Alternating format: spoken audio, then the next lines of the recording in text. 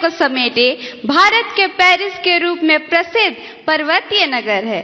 चंबा हिमाचल प्रदेश से आरुषि ठाकुर आभासी माध्यम से हमसे जुड़ रही हैं। आरुषि, कृपया अपना प्रश्न पूछें। माननीय प्रधानमंत्री जी नमस्कार।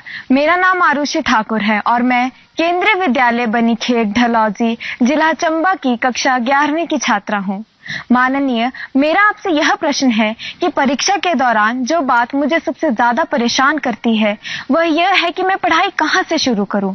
मुझे हमेशा लगता है कि मैं सब कुछ भूल गई हूँ और मैं इसी के ही बारे में सोचती रहती हूँ, जो मुझे काफी तनाव देता है। कृपया कर मार्गदर्शन कीजिए। धन्यवाद सर। धन्यवाद आरुषि। माननीय प्रधानमंत्री जी, भारत में धान का कटोरा के नाम से प्रसिद्ध राज्य छत्तीसगढ़ की राजधानी है रायपुर। रायपुर की अदिति दीवान इसी समस्या पर अपनी मन की जिज्ञासा का समाधान चाहती है। अदिति, अपना प्रश्न पूछिए। ये अपने गांव से ही बिजनेस करके 100 करोड़ से भी ज्यादा का बिजनेस करते हैं। क्या आपको भी गांव से ही बिजनेस करना है? तो फ्रीडम ऐप को अभी डाउनलोड कीजिए। माननीय प्रधानमंत्री जी नमस्कार। मेरा नाम अदिति दीवान है और मैं कृष्णा पब्लिक स्कूल रायपुर छत्तीसगढ़ में कक्षा 12वीं की छात्रा हूँ। मेरा आपसे यह प्रश्न है कि मैं इस बात को लेकर चिंतित रहती हूँ कि मुझे बहुत कुछ करना है, लेकिन अंतिम तक मैं कुछ भी नहीं कर पाती हूँ, क्योंकि मेरे पास बहुत सारे कार्य होते हैं। यदि मैं अपना कोई कार्य समय पर पूरा कर भी लूँ तो और ज्यादा परेशान हो जाती हूँ, क्योंकि फिर अन्य कार्यों को करने में या तो बहुत ज्यादा देर लगा देती हूँ या तो उन्हें आगे तक के लिए टाल देती हूँ। मैं यह जानने के लिए उत्सुक हूँ कि मैं अपने सारे काम सही समय पर कैसे पूरे करूँ। धन्यवाद। धन्यवाद अदिति। माननीय प्रधानमंत्री जी, आरुषि और अदिति अपनी परीक्षा की तैयारी एवं समय के सदुपयोग पर आपका मार्गदर्शन चाहते हैं। कृपया उनकी समस्या का समाधान करें। माननीय प्रधानमंत्री जी। देखिए, सिर्फ परीक्षा के लिए नहीं, वैसे भी जीवन में टाइम मैनेजमेंट के प्रति हमें जागरूक रहना चाहिए। परीक्षा और नो परीक्षा, आपने देखा होगा काम का ढेर क्यों हो जाता है। काम का ढेर इसलिए हो जाता है समय पर उसको किया नहीं इसलिए। और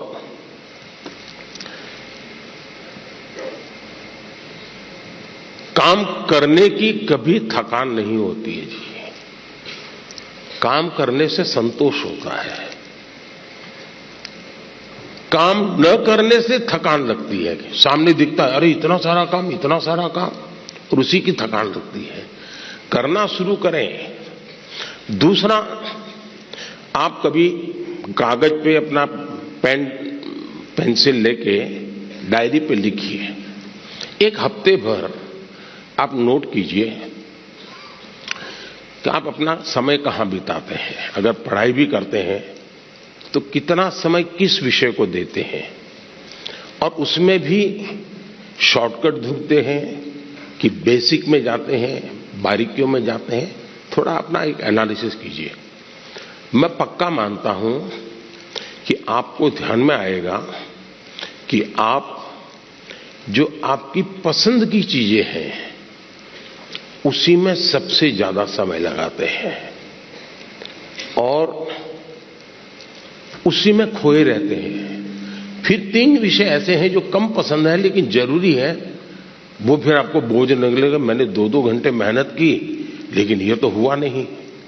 और इसलिए आप सिर्फ पढ़ना 2 घंटे ऐसा नहीं, लेकिन पढ़ने में भी जब फ्रेश माइंड है तब जो सबसे कम पसंद विषय है, आपको सबसे ज्यादा कठिन लगता है, तय कीजिए पहली 30 मिनट इसको, फिर एक पसंदगी वाला विषय है 20 मिनट उसको, फिर थोड़ा कम पसंद वाला 30 मिनट उसको। आप ऐसा स्लैब बनाइए तो आपको रिलैक्सेशन भी मिलेगा और आपको धीरे धीरे उन विषयों पर रुचि बढ़ेगी जो आप नॉर्मली टालते हैं और अच्छे विषय में खोए रहते हैं। और समय भी तो बहुत जाता है, आपने देखा होगा, आप में से जो लोग पतंग चगाते होंगे, मुझे तो बचपन में बहुत शौक था। पतंग की जो माजा होता है, धागा होता है, वो कभी एक दूसरे में उलझ जाकर के एकदम से बड़ा गुच्छा बन जाता है। अब बुद्धिमान इंसान क्या करेगा? यूं यूं खींचेगा क्या? ताकत लगाएगा क्या? ऐसा नहीं करेगा।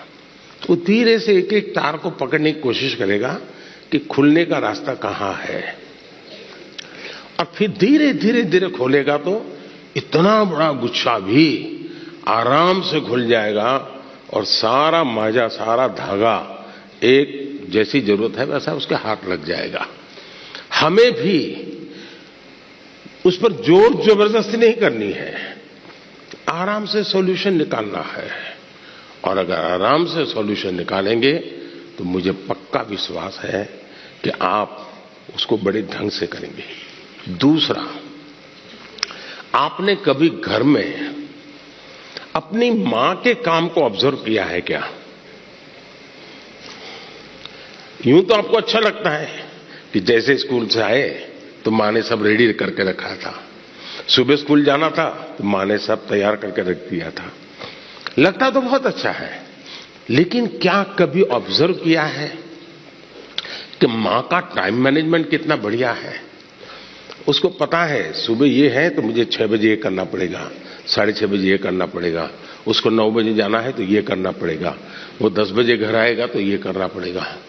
यानी इतना परफेक्ट टाइम मैनेजमेंट मां का होता है। और जबकि काम सबसे ज्यादा मां करती रहती है, लेकिन किसी काम में उसको बोझ अनुभव नहीं होता है। थक गई, बहुत काम है, बहुत ज्यादा, ऐसा नहीं करती। क्यों? उसे मालूम है कि मुझे इतने घंटे में ये तो करना है। और जब एक्स्ट्रा टाइम मिलता है तब भी वो चुप नहीं बैठती, कुछ न कुछ अपना क्रिएटिव एक्टिविटी करती रहती है। सुई धागा लेके बैठ जाएगी, कुछ तो करती रहेगी, रिलैक्स करने के लिए भी उसने व्यवस्था रखती है। अगर मां की गतिविधि को ढंग से ऑब्जर्व करोगे तो भी आपको एज ए स्टूडेंट अपना टाइम मैनेजमेंट का महत्व क्या होता है, और टाइम मैनेजमेंट ने 2 घंटे, 4 घंटे, 3 घंटे, ये नहीं, माइक्रो मैनेजमेंट चाहिए।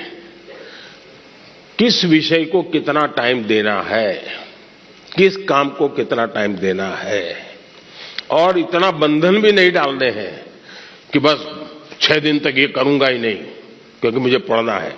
फिर तो आप थक जाओगे। आप ढंग से उसको डिस्ट्रीब्यूट कीजिए समय को, जरूर आपको लाभ होगा। धन्यवाद। ये अपने गांव से ही बिजनेस करके 100 करोड़ से भी ज्यादा का बिजनेस करते हैं। क्या आपको भी गांव से ही बिजनेस करना है? तो फ्रीडम ऐप को अभी डाउनलोड कीजिए।